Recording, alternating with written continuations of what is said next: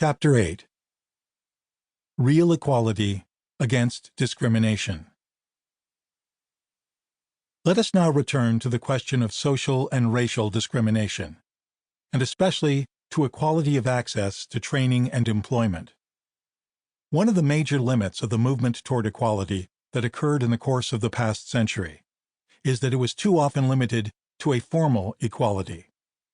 In short, we have proclaimed the theoretical principle of the equality of rights and opportunities, independent of origins, but without giving ourselves the means to determine whether this principle corresponds to reality or not.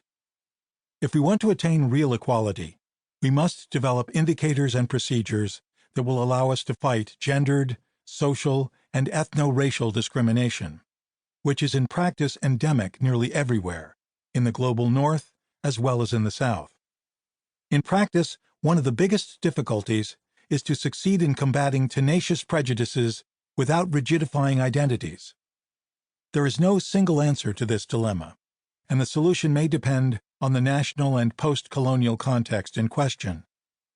Only a calm examination and comparison of experiences in Europe, the United States, India, and other parts of the world can allow us to sketch out avenues for understanding, while at the same time resituating the struggle against discrimination in the more general framework of a social policy with universalist objectives.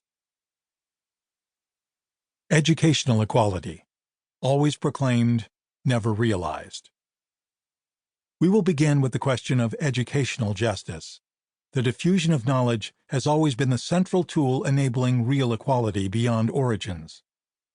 But the problem is that almost everywhere there is a monumental gap between official statements regarding equality of opportunities and the reality of the educational inequalities that the disadvantaged classes face.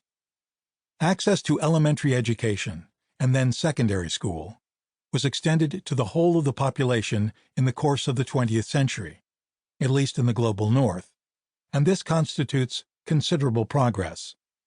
But in reality, inequalities of access to the most advantageous courses of study in schools remain